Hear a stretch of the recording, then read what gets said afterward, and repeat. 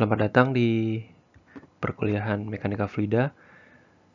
Kali ini di pertemuan ke-8 kita akan membahas tentang kinematika fluida. Jadi dengan asumsi kalian dari pertemuan pertama hingga pertemuan ke-7 sudah belajar tentang fluida statis.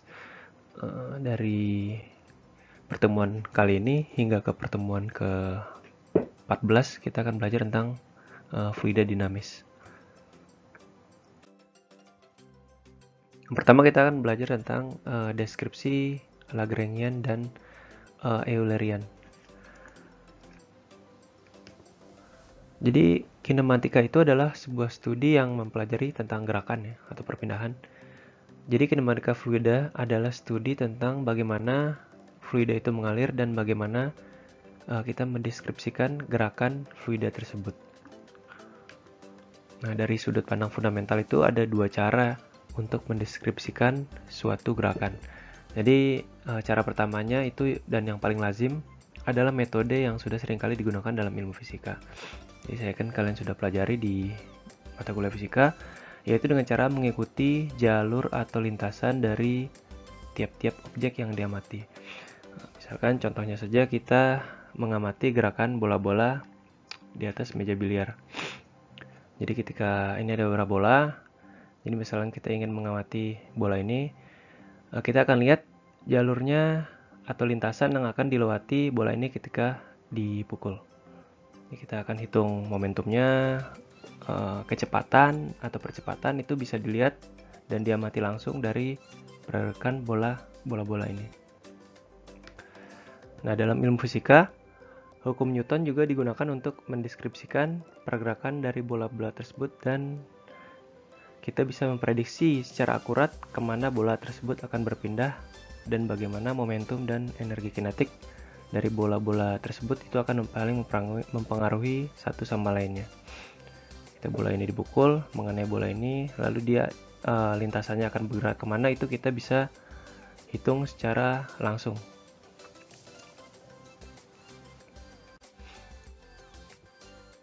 Nah, kinematika dari eksperimen ini itu melibatkan faktor-faktor penting seperti misalkan mencatat vektor posisi dari masing-masing bola yang kita amati. Jadi di sini kita beri nama X vektor A, X vektor B, X vektor C, dan vektor kecepatan dari masing-masing bola V vektor A, V vektor B, V vektor C. Jadi V ini kecepatan ya, X ini posisi. Jadi kalau kita lihat di gambarnya seperti ini. Jadi misalkan kita punya 3 bola, bola A, bola B, dan bola C. Jadi tiap bola ini dia punya posisi A, X vektor A, lalu dia juga punya kecepatan. Begitu juga dan B, dia punya posisi dan punya kecepatan. Begitu juga dengan yang C, dia punya posisi dan punya kecepatan yang berbeda-beda. Nah, semua ini itu dari fungsi dari waktu ya. Jadi ketika metode ini diaplikasikan ke dalam fluida yang mengalir, maka metode ini pada umumnya disebut dengan deskripsi Lagrangian dari gerakan fluida. Jadi apa yang sudah kita pelajari di fisika, lalu belajar mungkin di sini ya, di deskripsi Lagrangian ini namanya. Jadi pengamatan bola-bola ini secara langsung itu kita namakan dengan metode Lagrangian atau deskripsi Lagrangian. Jadi metode ini ditemukan oleh matematikawan Italia namanya Giuseppe Louis Lagrange. Jadi 1736-1813. Nah, deskripsi Lagrangian ini mengharuskan kita untuk mengetahui posisi dan kecepatan dari tiap-tiap partikel fluida agar bisa dipergunakan. Ini sama seperti ketika kita belajar fisika, kita juga harus mengetahui tiap-tiap posisi dan kecepatan supaya kita bisa menghitung gaya atau momentum. Jadi setiap partikel ini harus diketahui sebelum kita mengetahui informasi yang lain dari tiap-tiap bola tersebut.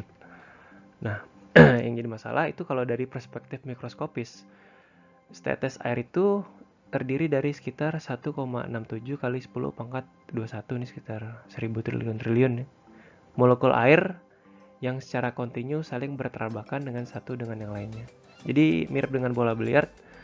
Jadi nggak aja kalau di dalam satu tetes air itu ada sekitar triliunan bola biliar yang saling berterbakan satu sama lainnya. Jadi kalau kita menghitung satu-satu dari tiap-tiap molekul air ini, itu mustahil ya. Jadi hampir tidak mungkin kita bisa mendeskripsikan vektor posisi dan kecepatan dari masing-masing molekul air itu, masing-masing molekul yang ada dalam tetes air itu untuk dianalisis. Jadi deskripsi Lagrange ini tuh sangat-sangat mustahil jika untuk dipakai perhitungan seperti ini. Nah, namun meskipun demikian, cukup banyak juga aplikasi-aplikasi tertentu yang menggunakan deskripsi Lagrangian. Jadi seperti misalnya untuk pelacakan partikel di dalam model transport kontaminan, lalu kalkulasi gas dinamis ketika pesawat ulang-alik akan masuk kembali ke bumi melewati atmosfer. Jadi kalkulasi gas dinamis biasanya gas jarang ya yang terdapat di luar angkasa. Jadi kita akan biasa digunakan untuk melihat apakah ada gas-gas yang menempel dalam pesawat ulang-alik tersebut sebelum dia masuk kembali ke atmosfer. Lalu pengembangan visualisasi aliran dan sistem pengukuran yang berdasarkan pelacakan partikel. Jadi dalam transport kontaminan dan pelacakan partikel ini biasanya masuk ke dalam studi namanya computational fluid dynamics. Ini kemungkinan di teknik sipil mungkin nggak akan dapat ya, kecuali mungkin di air tanah. Tapi air tanah juga kemarin saya mengajarkan air tanah itu tidak sampai ke sini ya, karena ini membutuhkan komputasi. Jadi kita bukan komputer yang sangat kuat untuk melakukan pemodelan dan simulasi. Jadi Lagrange ini dipakai juga untuk melakukan perhitungan presisi. Tapi untuk mekanika fluida dasar seperti ini kemungkinan tidak akan dipakai.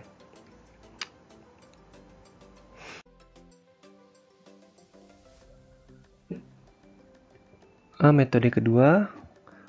Jadi metode kedua untuk mendeskripsikan aliran fluida adalah dengan menggunakan deskripsi Eulerian dari gerakan fluida.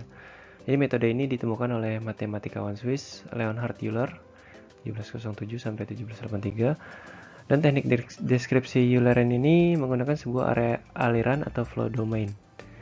Nah, biasa disebut dengan control volume untuk menjabarkan area di mana fluida sudah masuk dan keluar. Jadi control volume ini akan kita pakai terus ya sampai akhir perkuliahan. Dan akan terus dipakai untuk perkuliahan hidrolika semester depan. Kita akan terjadi selama kita belajar tentang keairan. Kontrol volume ini akan selalu ada. Jadi sangat penting sekali ya konsep kontrol volume. Kemudian, jadi dengan metode ini perbedaannya dengan Lagrangian ya. Dengan metode ini ketimbang melacak setiap partikel fluida secara individu, kita akan mendefinisikan sebuah variabel medan sebagai fungsi dari ruang dan waktu yang berada di dalam suatu kontrol volume. Jadi kita memakai variabel medan ya.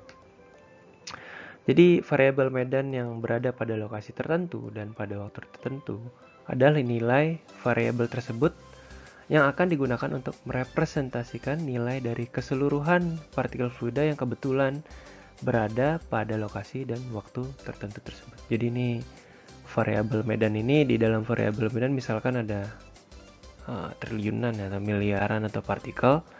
Jadi kita ambil ininya saja. Jadi sebagai perwakilan ya, perwakilan dari partikel-partikel yang ada di dalam medan tersebut. Nah, ini contohnya ya.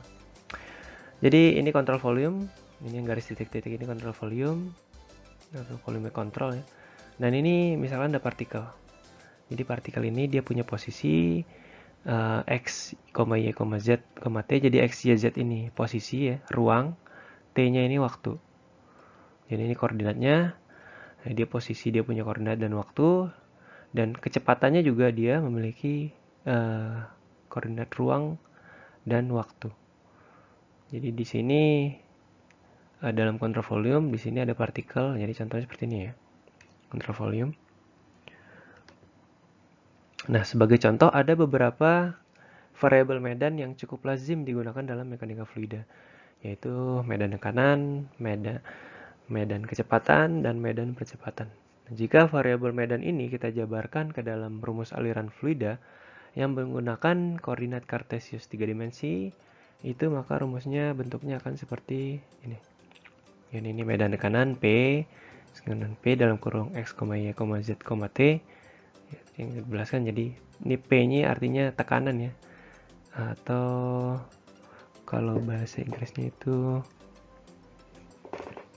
pressure.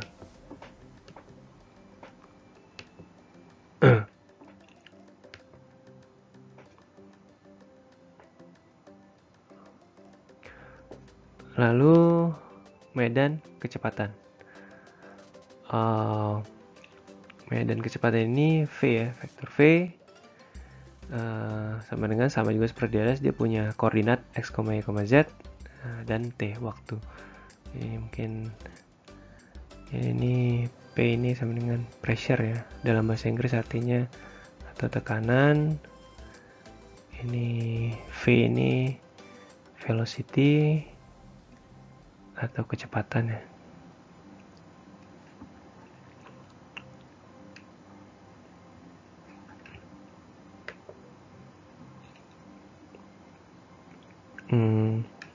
Lalu ada medan percepatan. A kecil vektor. Jadi lambang panah di atas ini artinya vektor ya. Jadi kalau ada vektor berarti dia ada besaran dan ada arah. Kalau P ini dia tidak punya arah, dia cuma punya besaran. Jadi namanya skalar, ini vektor, vektor ini skalar. Nah, A ini artinya A itu sama dengan acceleration atau percepatan.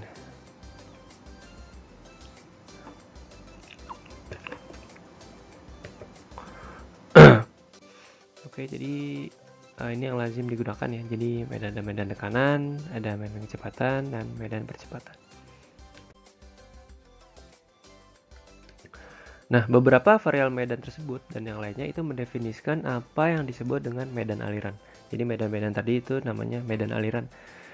Jika salah satu variabel medan di atas itu diekspansi ke dalam koordinat kartesian X, Y, Z, IJK, jadi ini vektor ya, ini satuan vektornya I vektor J vektor. Jadi pergerakan dari X ini namanya I vektor, J vektor, dan K vektor. Misalkan saja untuk medan kecepatan itu, maka rumusnya menjadi seperti ini. Jadi yang tadi seperti di atas ya. Nah, ini. Jadi ini tadi yang sebelumnya ya, vektor V ini sebenarnya vektor V X, Y, Z, T. Nah, fungsi X, Y, Z. Jadi ini bisa kalau kita ubah menjadi U, V, W. Jadi U-nya ini ada komponen skalar dan komponen vektor. Jadi kita ganti namanya di U, V, W. Sama dengan U X. Jadi dalam U ini ada fungsi U ini X, Y, Z, T. Jadi X, Y, Z-nya ini koordinat ya, koordinat ruang, T-nya ini waktu, dan ini arahnya. Ini vektor arahnya I, begitu juga dengan V. Jadi U, V, W ini sama-sama kecepatan ya.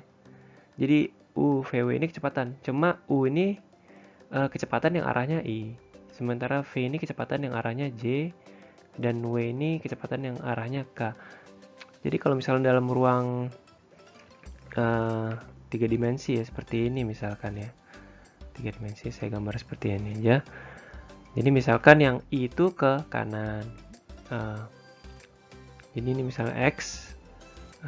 Ini Y misalkan ya. Ini Z. Nah, jadi kecepatan yang ke arah kanan itu bisa kita perwakilan dengan U.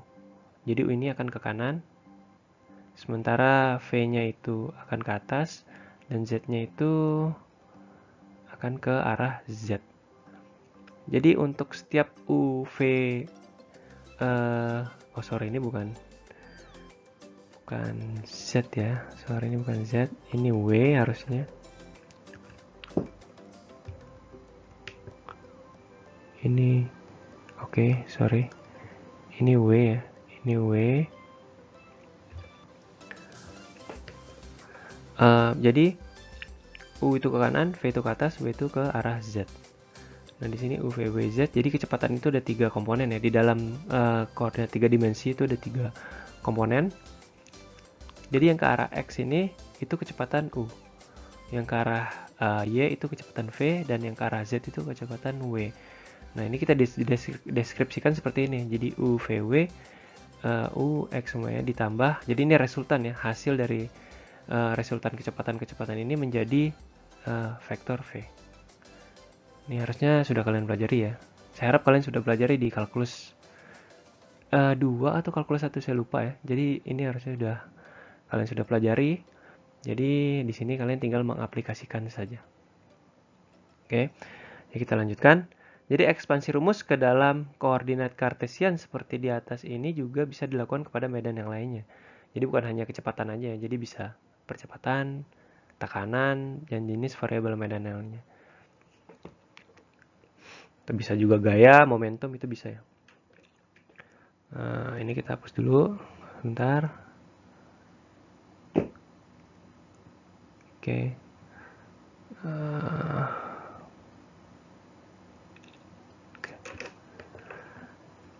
Nah, selanjutnya di dalam deskripsi Eulerian itu semua jenis variabel medan bisa didefinisikan pada lokasi manapun, X, Y, Z, dan kapanpun waktunya, T di dalam suatu volume kontrol. Jadi bisa dideskripsikan di manapun dan kapanpun waktunya. Dan di dalam deskripsi Eulerian kita tidak peduli dengan apa yang terjadi pada partikel-partikel fluida individu, tetapi lebih memprioritaskan kepada faktor-faktor seperti tekanan, kecepatan, akselerasi, gaya, temperatur, dan lain-lain.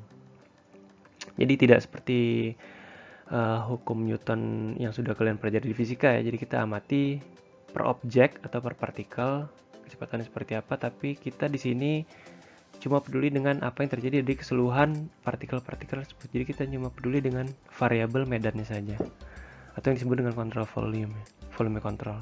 Ini representasi dari partikel-partikel yang berada dalam area volume control ini, di mana partikel fluida yang diamati berada pada lokasi dan waktu yang ditentukan.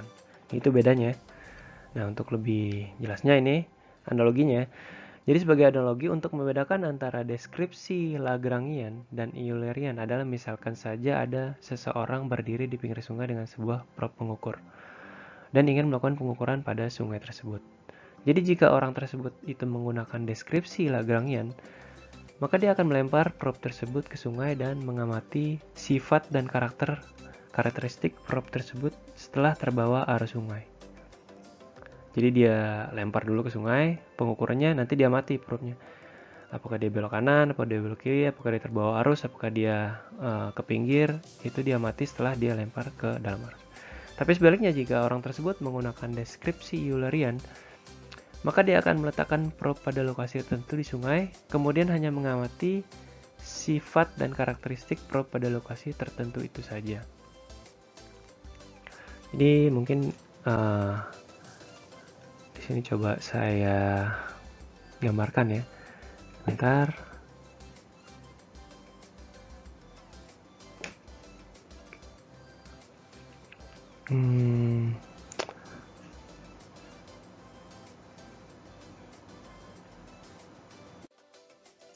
Oke, jadi sini saya akan coba gambarkan. Misalkan di sini ada orang ya. Ada orang. Lalu di sini ada sungai. Ini airnya mengalir ke sini ya. Ini airnya mengalir ke sini. Airnya mengalir ke sini. Sungai.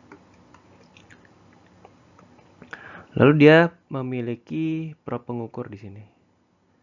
Nah, prob pengukur ini kalau dalam Eulerian ya. Ini kalau dalam Eulerian, misalkan Lagrangian. Jadi untuk yang Lagrangian, jadi kalau dia menggunakan deskripsi Lagrangian, dia akan melempar prob ini ke dalam sungai.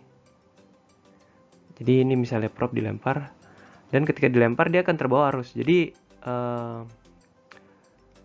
arah dari prob pengukur ini bisa ke sini, bisa ikut arus sungai langsung, bisa juga ke sini, bisa ke sini, atau juga bisa tenggelam ya, bisa tenggelam. Dan itu berbeda-beda. Jadi Lagrangian itu pengukurannya setiap kali dia melempar setiap kali dia melempar probe pengukur ini ke dalam sungai, itu probe-nya itu akan melakukan alir yang berbeda-beda. Jadi walaupun arahnya sama, tapi presisinya itu pasti akan berbeda-beda. Bisa ke sini, ke sini, ke sini, ke sini. Jadi lain-lain ya. Jadi pengamatan dilakukan tuh berbeda-beda. Nah, untuk yang Eulerian, ini misalkan Eulerian. Jadi misalkan ada orang di sini. Nah, dia ada di sini. Ini sungainya ya. Ini ada sungai.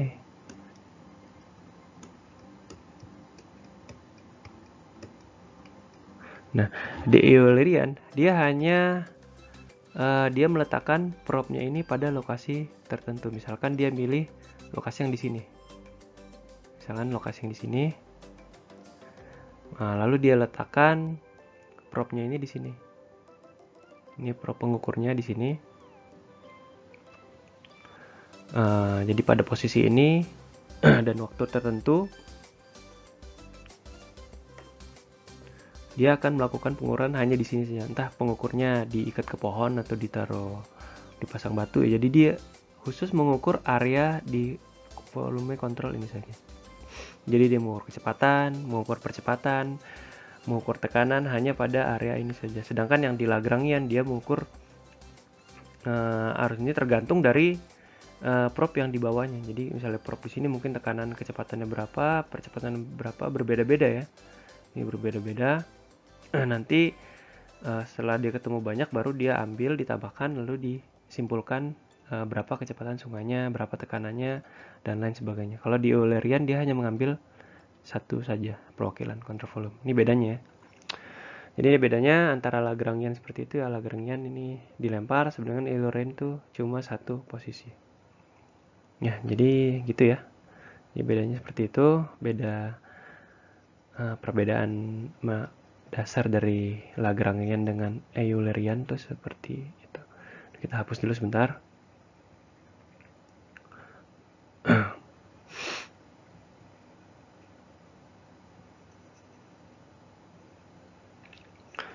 Oke, sekarang kita masuk ke contoh soal pertama.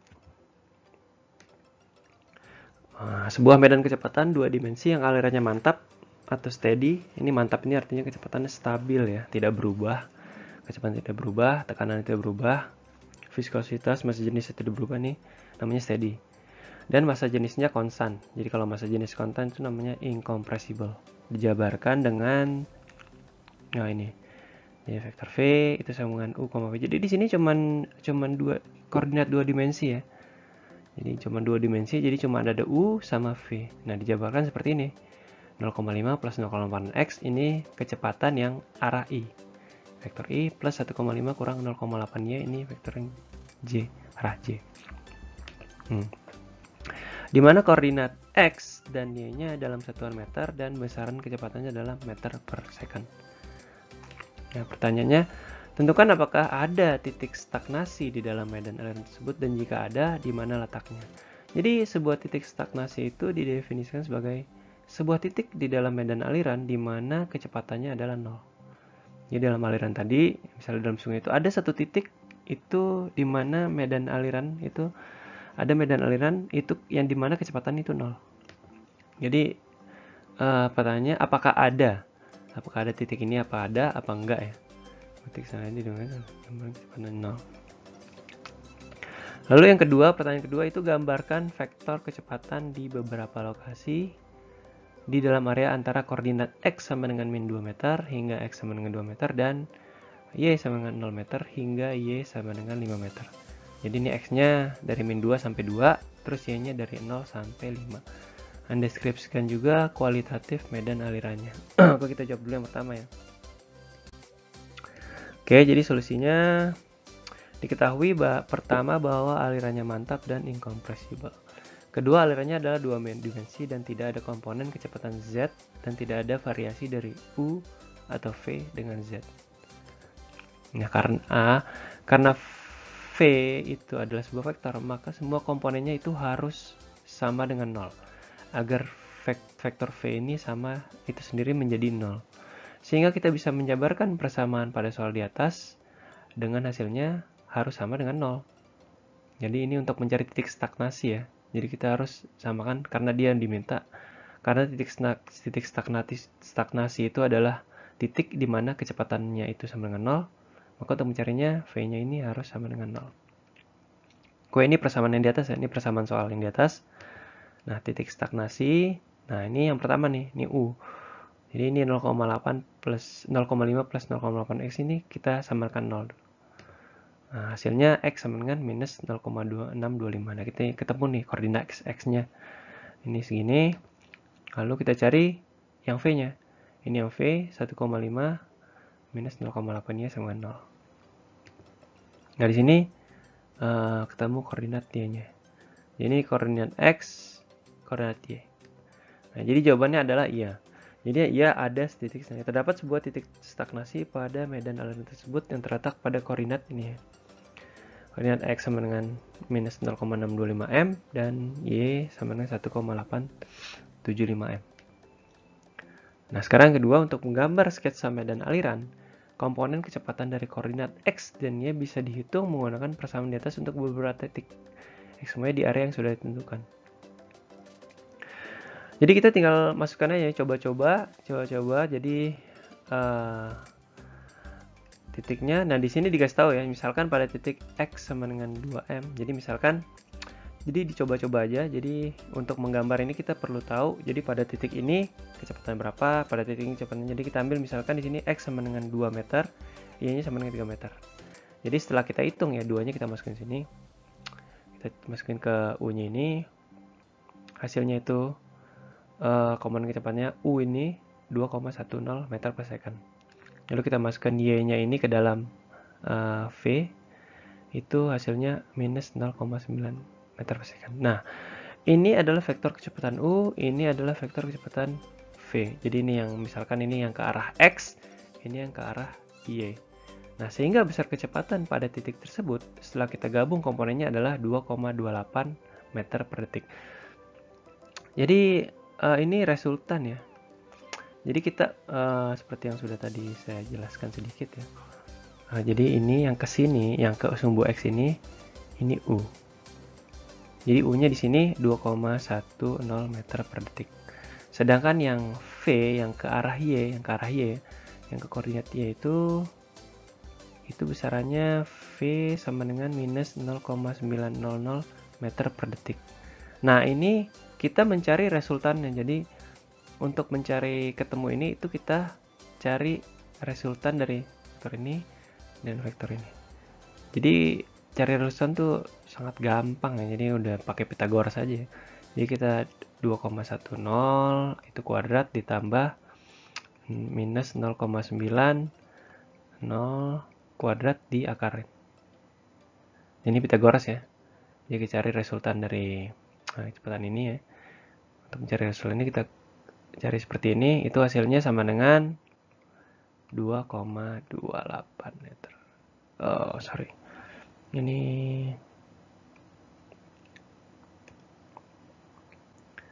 ini 2,28 meter per detik. Ini hasilnya. Ini untuk mengetahuinya seperti itu. Nah, jadi ini pada titik ini itu kecepatannya ini. Jadi pada titik koordinat 2,3 ini kecepatannya segini. Dan arahnya itu bisa kalian lihat di sini ya.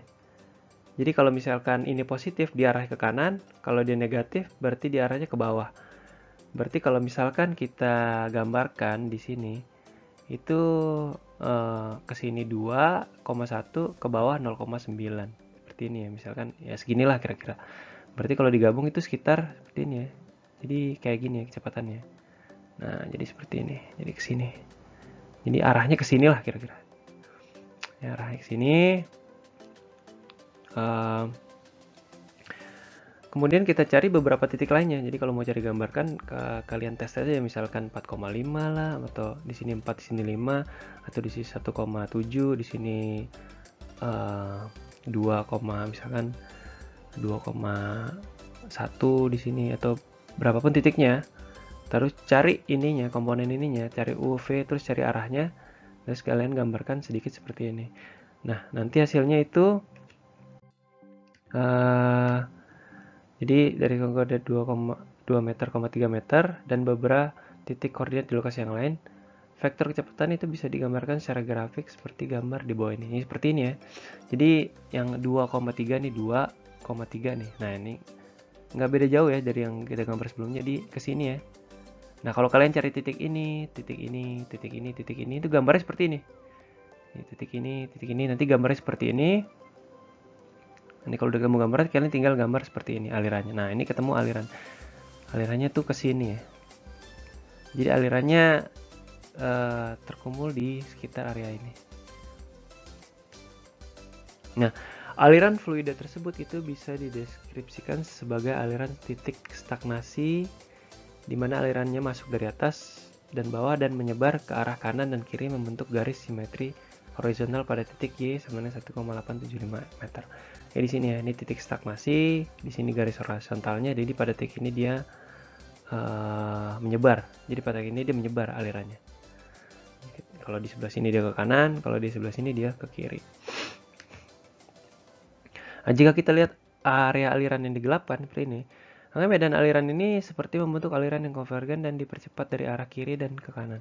Jadi bentuk aliran seperti ini bisa kita temukan misalnya pada jalur masuk bendungan listrik tenaga air atau PLTA.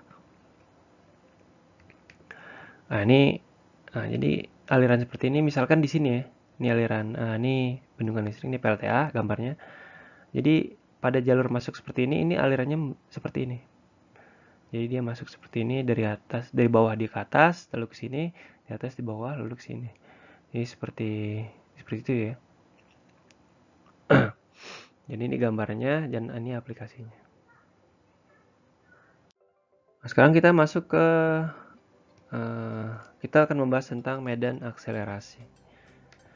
Jadi seandainya hukum Newton kedua itu diaplikasikan ke dalam partikel fluida, maka bentuknya itu menjadi seperti ini ya. Jadi hukum Newton kedua itu kan F sama dengan M kali A, massa kali percepatan. Jadi kalau kita masukkan ke dalam partikel fluida itu bentuknya seperti ini. F partikel sama dengan M partikel kali A partikel. Nah, kalau ada tanda panahnya ini berarti vektor dia punya arah dan besaran. Di mana E partikel adalah gaya yang bekerja pada partikel, M partikel adalah massa partikel, dan A partikel adalah percepatan. Jadi secara definisi, akselerasi dari partikel fluida tersebut adalah derivatif atau turunan dari kecepatan partikel fluida terhadap waktu. Jadi ini akselerasi dari partikel fluida, partikel dengan dv partikel bagi dt. Ini A. Jadi percepatan itu turunan dari kecepatan terhadap waktu. Jadi kalau waktu ini kita turunkan itu jadi percepatan. Nah, ini contohnya gambarnya. Ini M partikel nih. Ini massa partikel ini dia memiliki kecepatan ke arah sini. Ini V partikel sama dengan V. Nah, tapi pada saat yang bersamaan, partikel ini diberi percepatan ke arah sini. Jadi ini A partikel. Nah, karena dia diberi percepatan ke arah sini, maka F gayanya itu ke arah yang sebelah sini. Walaupun dia kecepatannya lagi ini. Jadi lama-kelamaan kecepatannya akan berubah ya. Dia berkurang dan akhirnya mengikuti ke arah sini. Jadi ini pertama dia punya posisi ya, X partikel, Y partikel, dan Z partikel. Dan dia punya kecepatan, punya percepatan. Ini contohnya seperti ini. Nah, karena variable dependent vektor V ini adalah sebuah fungsi dari 4 variabel independen, X partikel, Y partikel, Z partikel, dan T, maka untuk mencari derivatif dari persamaan, jadi kita mau mencari derivatif ini ya, mencari ini, itu kita harus menggunakan derivatif aturan rantai, karena V partikel ini ada 3 ini sih. V partikel ada X partikel, Y partikel, dan Z partikel. Ada 4 ya, 1, 2, 3, 4. Jadi karena kita mau nurunin terhadap T, jadi kita harus menggunakan aturan rantai. Ini udah dipelajari di kalkulus 1 ya, kalau nggak salah. Oke, kita lanjut saja. Nah, jadi ini A partikel, aturan pada dt. Nah, kita jabarkan seperti ini. Nah, dv per dt sama dengan dv fungsi X partikel, Y partikel, Z partikel T disuruhkan terhadap dt. Nah, sama dengan dv, do V. Nah, do V-nya ini parsial derivatif atau turunan parsial ya. Turunan parsial dt, do V do vektor V bagi do T dikali dt per dt. Nah, ini untuk fungsi waktu ya, ini waktu, ini fungsi untuk X partikel, jadi turunan parsial untuk X partikel ini seperti ini, kita jabarkan dari sini ya. Lalu untuk yang Y partikel ini seperti ini, dari sini. Lalu yang Z partikel ini seperti ini, do V per do Z partikel kali do Z partikel bagi dt, dari yang ini, dari sini. Nah, ini ya, jadi pada persamaan di atas, do ini istilah do ini adalah operator derivatif parsial. Jadi kalau parsial derivatif, turunan parsial ini lambangnya seperti ini. Dan D adalah operator derivatif total. Kalau turunan total, total derivatif itu D. D ini turunan total. Jadi karena akselerasi di atas didefinisikan sebagai yang mengikuti sebuah partikel fluida, jadi kita ikuti lagi ya deskripsi Lagrangian. Jadi kita mencoba untuk menjembatani antara pemahaman kita dari deskripsi Lagrangian yang sebelumnya udah sering kita pelajari ya di fisika, menuju ke deskripsi Eulerian. Jadi ini jembatannya, ini penghubungnya. Jadi seperti ini caranya. Jadi seperti partikel, maka laju perubahan dari posisi X partikelnya terhadap waktu, dan di mana U adalah komponen X dari kecepatan vektornya adalah, jadi ini dijabarkan lagi seperti ini. Jadi dx partikel per dt ini kita jadikan U, U ya, ini komponen U, kecepatan U ya. Jadi X turunan X terhadap dt itu kan kecepatan ya. Jadi U, jadi yang udah kita pelajari nih sebelumnya, sebelum di contoh soal nih, U ini kecepatan yang mengarah ke sumbu X, U. Nah, dan untuk posisi aja menjadi seperti ini, D partikel ini, D per dt partikel ini jadi V, terus dz partikel per dt ini jadi UV. Ini semua UVW ini komponen kecepatan ya, komponen kecepatan vektor. Nah, pada kondisi ini, itu vektor posisi materialnya X partikel, Y partikel, Z partikel dari partikel fluida dalam konsep Lagrangian sama dengan vektor posisi X, Y, Z dalam konsep Eulerian. Jadi di kondisi ini ya, itu X partikel, Y partikel ini sama dengan X, Y, Z dalam konsep. Sehingga persamaan persepatannya menjadi, kita bisa ubah seperti ini. Jadi A partikel, X, Y, Z, T sama dengan D vektor V terhadap dt. Itu sama dengan seperti ini. Jadi ini ke substitusi ya. Jadi dv yang ini ya, dv per dt ini dv per dt, dt per dt itu dicoret ya. Kita coret. Jadi di sini cuma tinggal do v per do t ditambah u do v per do x. U-nya ini hasil dari ini ya.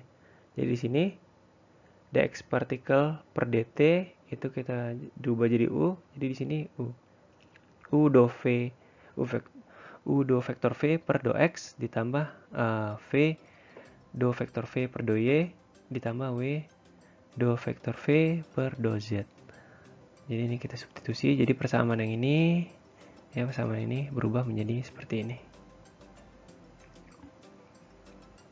Oke ya. Jadi kita sudah rubah sedikit.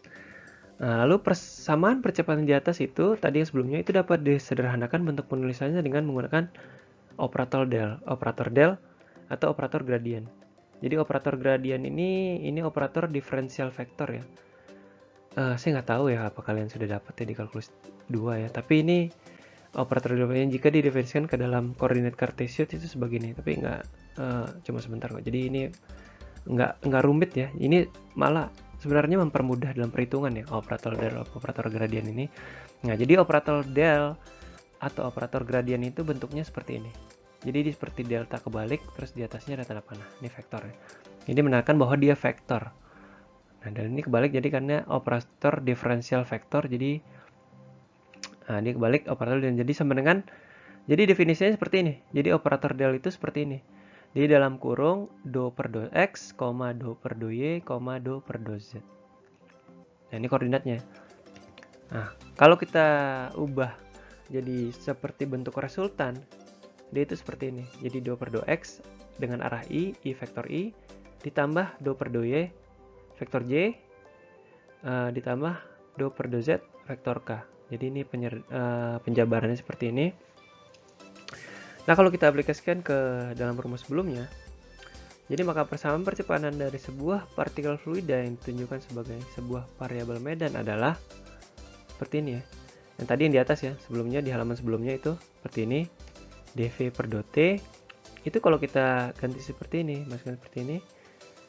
Jadi seperti do v vektor v per do t plus vektor v dikali del vektor dikali v vektor. Jadi kalau yang sebelumnya itu kan seperti ini ya. Jadi dv vektor per dt itu sama dengan do vektor v per do t. Nah, terus ditambah kan, ditambah u dikali do partikel dibagi do x ya, do x partikel plus v do y partikel dibagi do y ditambah do z partikel dibagi do z. Nah, ini UVW, oh sorry ini kurang W ya. Ini ada W-nya, W. Nah, kita masukkan ke sini. Jadi do per do x ini, kita ubah jadi do per do x ditambah do per do y ditambah do per do z. Ya, seperti ini. Nanti kita ubah menjadi delta. Menjadi del, vektor del. Jadi vektor del ini, jadi sini del vektor ini do per do x ditambah do per do y ditambah do per do z. Nah, sementara v-nya ini itu u, v, w. Jadi ditambah ya, jadi ini dikali ditambah akhirnya ini dijabarkan lalu dikali ini. Jadi bentuknya seperti ini, disederhanakan seperti bentuk ini, bentuk del.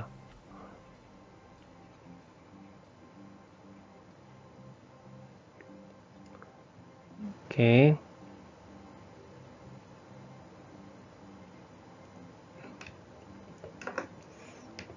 Nah, ini jadi penjabarannya seperti ini ya, rumus sederhananya ya.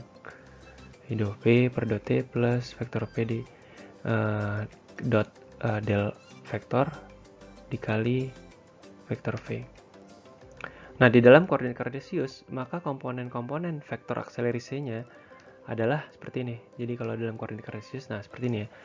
Jadi ax-nya itu, ya ini kita pisahkan ya. Jadi di sini mulai kita pisahkan. Jadi ax itu sama dengan do u per do t ditambah u do u per dx ditambah v do u per do y plus w do u per do z.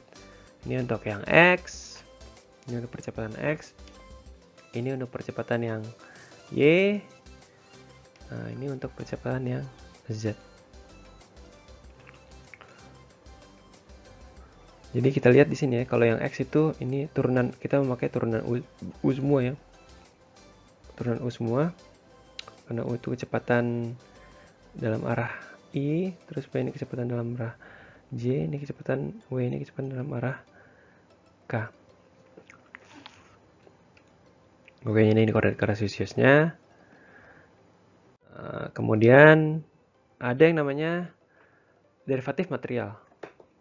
Ini sebenarnya derivatif material udah kita pakai, jadi operator derivatif total d per dt. Jadi pada persamaan percepatan di atas itu diberikan nama khusus, yaitu derivatif material, dan diberikan notasi khusus d besar per dt. Untuk menekankan bahwa persamaan ini dibuat karena mengikuti partikel fluida karena partikelnya berpindah atau bergerak melalui medan aliran. Nah, ini yang persamaan yang sudah kita turunkan sebelumnya itu berasal dari sini ya. T terus berubah ini T plus dt, di sini T plus 2 dt, T plus 3. Nah, ini derivatif material, jadi bentuknya seperti ini. D per dt sama dengan D per dt, do per dt ditambah, nah ini bentuknya, vektor V dikali del operator. Nah, ketika kita mengaplikasikan definite material di atas ke dalam medan kecepatan, maka hasilnya adalah medan percepatan yang seperti yang sudah dibahas sebelumnya. Jadi yang seperti pembahasan sebelumnya itu, yang terkadang disebut dengan percepatan material. Jadi percepatan material, nah ini ya. Ini sama persis sama yang udah kita bahas ya di halaman sebelumnya. Jadi di sini cuma mengenalkan notasi khusus saja ya. Derivatif material namanya. Ini D besar per D besar T itu, atau D per dt doang, itu namanya derivatif material. Nah, pada persamaan percepatan material itu terdapat dua suku yang dapat dibedakan jenisnya. Nah, jadi seperti ini ya, tadi yang di atas nih. Nah, do vektor V bagi do T tambah vektor V dikali del operator dikali ini dot produk ya, dot produk dikali vektor V. Nah, yang ini, yang suku pertama ini itu namanya percepatan lokal. Sedangkan yang ini itu percepatan advektif atau konvektif. Ini dua. Jadi percepatan advektif atau konvektif itu adalah percepatan yang dihasilkan dari efek perpindahan partikel fluida advektif atau konvektif ke sebuah lokasi yang baru dalam aliran tersebut, di mana medan kecepatannya berbeda. Nah, lihat gambar di bawah ini. Nah, ini contohnya selang ya. Ini ada selang. Di sini dia alirannya stabil, mantap. Dan ketika dia ke sini itu akan ada percepatan. Walaupun kecepatannya sama di sini, tapi ketika keluar dari selang dia kecepatannya akan bertambah. Nah, di sini penjelasannya ya.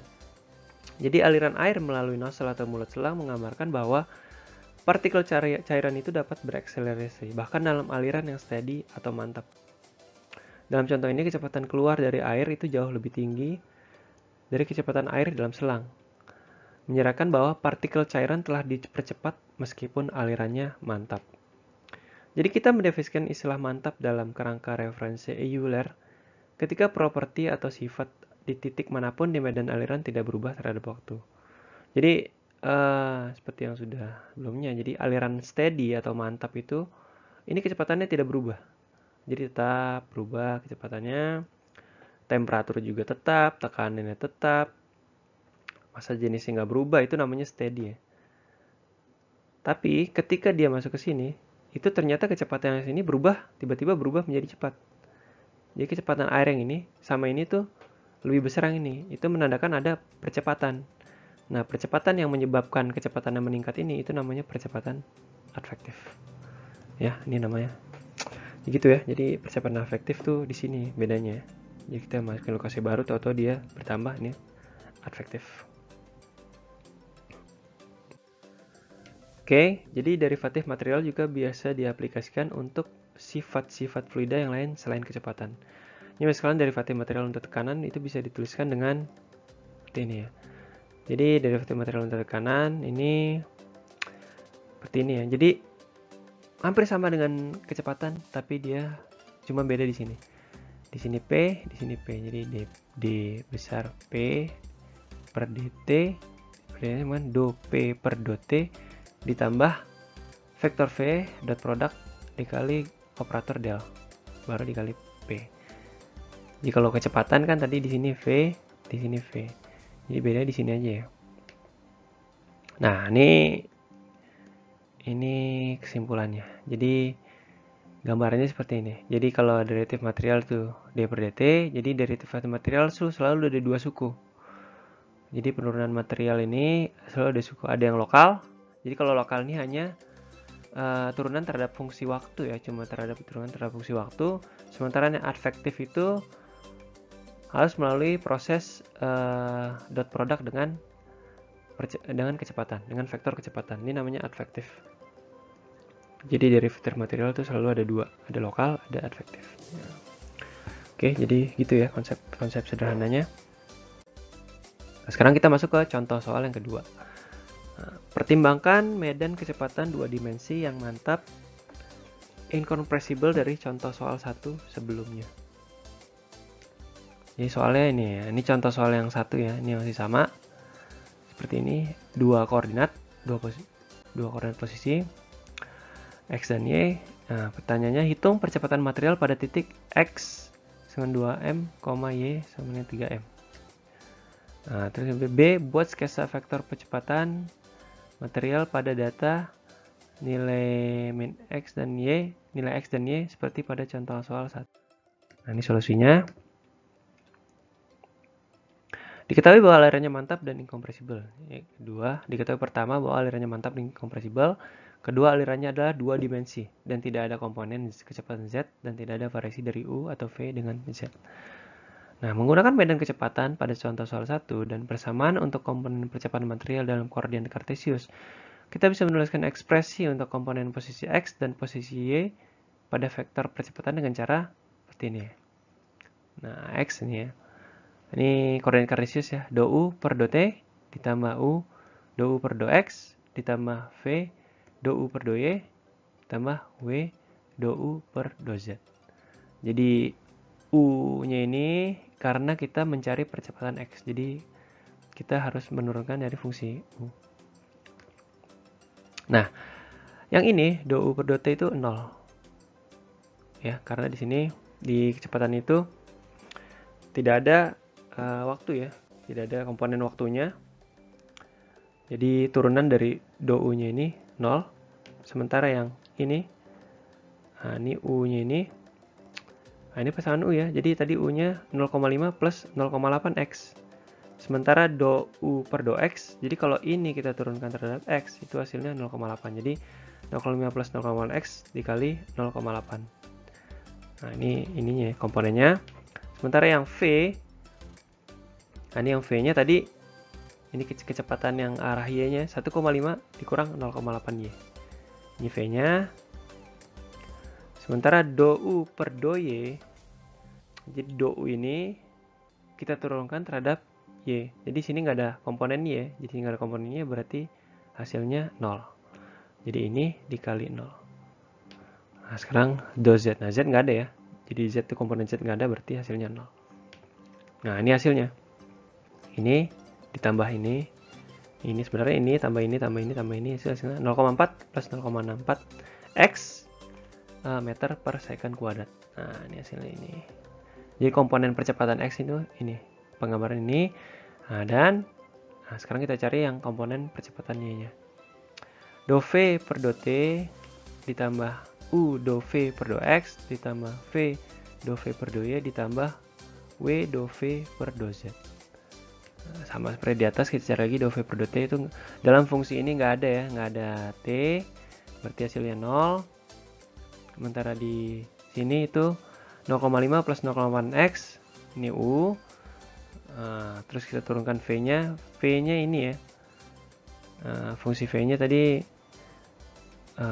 lebih mudah saya gambarkan aja lah. Jadi tadi rumus sebelumnya itu kan V ini ya sama dengan 0,5 plus 0,8 X.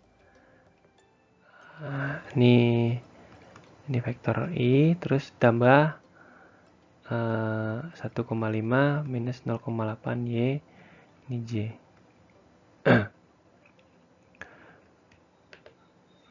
Jadi ini do V, ini V-nya. Kita turunkan terhadap do X itu 0. Berarti ini dikali turunan do V per do X itu 0. Ditambah 1,5 minus 1,5 minus 0,8 Y. Ini V-nya dikali minus 0,8. Jadi turunan dari V, turunan dari ini ya, turunan dari ini 1,5 kurang 0,8 Y diturunkan terhadap Y, itu hasilnya minus 0,8 ditambah 0. Ini Z nggak ada berarti 0. Hasilnya ini minus 1,2 plus 0,64 Y meter per second kuadrat. Nah, sehingga pada titik koordinat X sama dengan 2 meter dan Y sama dengan 3 meter, itu hasilnya seperti ini. Jadi di AX ini kita masukkan aja nilai 2 ya. Di sini kita masukkan nilai 2, itu hasilnya ini. Sementara di AY ini ya, kita masukkan nilai 3. Jadi hasilnya ini. Nah, ini hasilnya jadi ini ya. Hasilnya ini. Jadi gitu ya, nggak sulit ya. Jadi kalian tinggal analisis sebentar, hitung, ketemu hasilnya. Oke, sekarang kita masuk ke solusi lanjutan ke ini ya, gambar kalau salah ya, plotting gambar. Oke, jika persamaan di soal bagian sebelumnya di aplikasi untuk berarti nilai, maka vektor bisa diplot seperti di bawah. Nah, ini sama seperti contoh soal pertama ya. Jadi kita misalkan tadi 2,3 berarti di sini. Nah, ini kecepatan yang tadi itu resultan resultan vektor percepatannya seperti ini. Jadi dia ke arah sini. Jadi yang tadi ini kecepatan, yang hitam ini kecepatan ya. Yang ungu ini percepatan. Jadi beda ya. Percepatan kecepatan itu arahnya. Nah, ini kalau kita plotting ya. Misalkan tadi kita cari 2,3 di sini. Jadi ke sini misalnya 1,3 itu ke sini, 0,3 itu ke sini, 1,0 itu ke sini. Jadi kita cari titiknya ini, terus kita gambarkan, kita deskripsikan tuh, akhirnya seperti ini. Jadi ini percepatannya, plotting percepatannya seperti ini. Oke ya, jadi kayak gitu. Sekarang kita masuk ke contoh soal ketiga. Nah, ini contoh soal ketiga. Sebuah medan kecepatan yang mantap, incompressible dan 2 dimensi diberikan melalui komponen di bawah ini di dalam sebuah bidang X, Y. Nah, ini seperti ini gambarnya. U 0,85 plus 2,33 X plus 0,5 Y. Nah, V-nya 0,754 kurang 2,8 X dikurang 2,33 Y. Nah, ini di dalam satu ini itu ada dua komponen nih. Jadi di U ini ada X dan ada Y-nya. Jadi di posisi X ada posisi Y-nya. Begitu juga dengan vektor kecepatan V. Di vektor kecepatan V ini ada komponen X dan komponen posisi Y-nya. Nah, hitung medan percepatannya, cari ekspresi untuk komponen AX dan AY. Ini percepatan X dan percepatan Y dalam koordinat kartesius dan hitung percepatannya pada titik X, Y sama dengan minus 1,2. Jadi kurang lebih sama seperti contoh soal kita masukin aja. Nah, ini solusinya. Sama ya, ada 2 dimensi. Nah, komponen kecepatannya seperti ini. Diketahui seperti ini. Sementara komponen kecepatan V-nya itu seperti ini. Nah, sekarang kita jabarkan. Jabarkan lagi AX sama dengan 2U per 2T. Ditambah U 2U per 2X. Tambah V 2U per 2Y. Ditambah W 2U per 2Z. Nah, ini nilainya 0 karena dia nggak punya komponen T. Nah, ini hasilnya 1,5 plus 2,33X plus 2. Nah, ini U-nya ya. Ini U-nya turunan U terhadap X itu 2,3. Jadi ini diturunkan kepada X itu 2,33. Sekarang yang V-nya, nah ini V-nya 0,754 ya. Ini masukin sini dikali turunan ini terhadap Y. Turunan ini terhadap Y itu hasilnya 0,656. Nah, ini nggak ada, karena ini 2 dimensi jadi nggak ada komponen Z ya. Oke, kita hitung hasilnya seperti ini. Nah, sekarang yang komponen percepatan Y-nya. 2V per dt ditambah U 2V per 2X sama ya. V dV per 2Y ditambah W dV per 2Z. Nah, di sini 0. Nah, di sini ini ya U, ini U. Jadi ini U-nya ini U, ini U ini dikali turunan dikali ini. Dikali turun V ini terhadap X. Jadi turunan ini terhadap X itu ini ya, minus 2,18. Berarti ini dikali minus 2,18. Ditambah V 2V per 2Y. Nah, V-nya ini V-nya dikali 2V per 2Y. Dikali ini dikali turunan ini terhadap Y. Ini turunan ini terhadap Y itu minus 2,33. Nah, karena ada Z jadi 0. Nah, kita cari jumlahnya. Itu minus 0,7898 plus 3,9988 Y meter per detik kuadrat. Nah, kita ketemu AX-nya, kita ketemu AY-nya. Nah, kita masukin aja nih. Jadi titik koordinat X min 1. Nah, ini min 1 kita masukkan ke sini. Nah, ini hasilnya AX itu 0,80628 meter per detik kuadrat. Nih ya. X-nya ini min 1 ya, kita masukin 1. Terus AY-nya kita masukin 2 meter. Ini masukin 2 meter, itu hasilnya 2,2078 meter per detik kuadrat. Jadi hasilnya ini ya. Nah, jadi gitu ya. Nggak sulit kan? Cukup mudah. Nah, sekarang latihan soal. Jadi ini adalah latihan soal. Pertama, sebuah medan kecepatan yang mantap, incompressible dan dua dimensi diberikan melalui komponen di bawah ini dalam sebuah bidang x, y. Ini sama ya, sama persis, cuma angkanya beda dengan yang di atas. Hitung kemudian percepatannya, cari x kemudian x dan dalam koordinat radius dan hitung kecepatannya pada titik x, y. Ini 2,1,5 ya. Jadi 2, ini pemisah nih, 2-nya ini x, 1,5-nya ini ya, jadi saya pakai titik di sini karena biar nggak rancu dengan koma yang di sini. 1,5, 2, jadi x-nya 2, y-nya 1,5. Jadi sama seperti di atas ya. Cari percepatannya ya. Nah, nomor 2, sebuah medan kecepatan yang mantap, incompressible dan dua dimensi diberikan dalam bentuk, nah ini lagi bentuknya seperti ini. Ini masih dua dimensi ya, bentuknya vektor P sama dengan seperti ini. Nah, saya jabarkan seperti ini. Lalu ini vektor J-nya seperti ini. Hitung kecepatannya pada titik sama aja ya, seperti di atas ya. Saya ingin kalian latihan biar terbiasa ya. Nah, jadi gitu ya. Jadi latihan soalnya, penjelasannya sudah saya berikan. Mungkin kalau nggak ada yang ngerti tanya aja. Nah, terus kalian coba pahami turunannya, terus pahami juga contoh-contoh soal yang udah saya kasih, lalu kerjakan latihan soalnya. Ini masih mudah ya, jadi kalian tinggal copas aja tekniknya kalian copy paste, terus kalian ganti angka-angkanya, nanti ketemu percepatannya. Oke, jadi gitu ya. Ini pertemuan pertamanya. Sampai jumpa di pertemuan berikutnya. Terima kasih.